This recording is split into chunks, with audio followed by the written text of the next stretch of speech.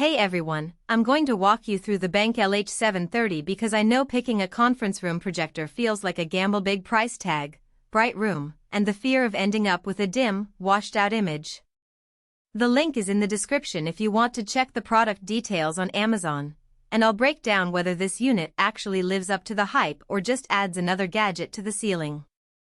In this review I'll focus on the real-world experience, how easy it is to set up, what the picture looks like in a typical meeting space, and where the money is really going. First off, let's talk about the problem most of us face when we upgrade a meeting room. You want something that can fire up instantly, stay bright enough when the blinds are half open, and won't require a technician every few months. The LH730 approaches those pain points with a solid-state LED light source instead of the traditional mercury lamp.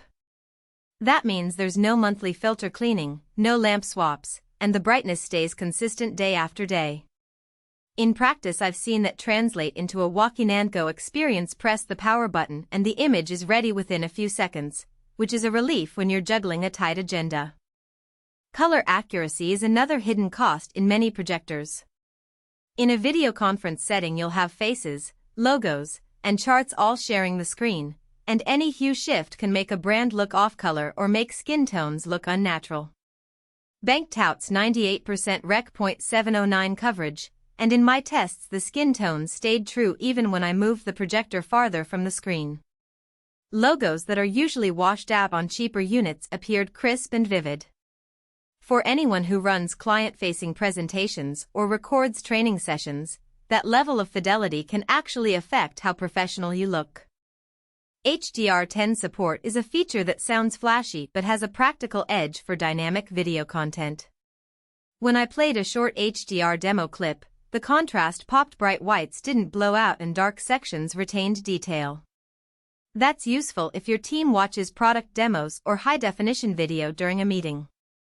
For static PowerPoint decks the impact is minimal, but it's nice to know the projector can handle the occasional video-rich content without looking flat. Now, the day-to-day workflow. The LH730 ships with built-in zoom integration and an auto Keystone function that corrects the image when the projector isn't perfectly square to the screen.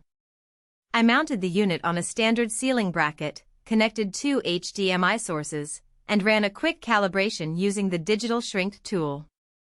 Within 10 minutes the picture filled the screen edge to edge, and the auto corner fit kept the geometry straight even after I nudged the mount a bit.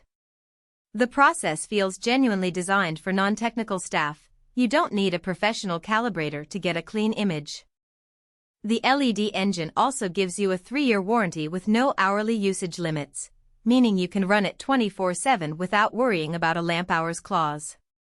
For a corporate environment where meetings can stretch into the evening and the device might stay on for background displays, that kind of freedom is a real cost saver. The absence of a lamp also removes the environmental concern of disposing of mercury, which is a nice plus for sustainability-focused offices. Let's talk about who should actually consider this projector. If you have a medium-sized conference room, say 15 to 25 people with a screen of about 8 to 10 feet wide, and you run daily video calls, sales decks, and occasional training videos, the LH730 checks most boxes. The brightness level is enough to overcome typical ambient light from windows or overhead fixtures, and the instant feature keeps meetings from starting late because someone is waiting for the image to warm up. Companies that need a reliable workhorse that can stay on all day for digital signage or lobby displays will also appreciate the lack of lamp maintenance. On the flip side, if your primary use case is a tiny huddle space where a portable Pico projector would suffice, the LH730 is overkill both in size and price. Likewise, teams that need true 4K native resolution for detailed architectural renderings or graphic design reviews might feel shortchanged by a 1080p engine, even though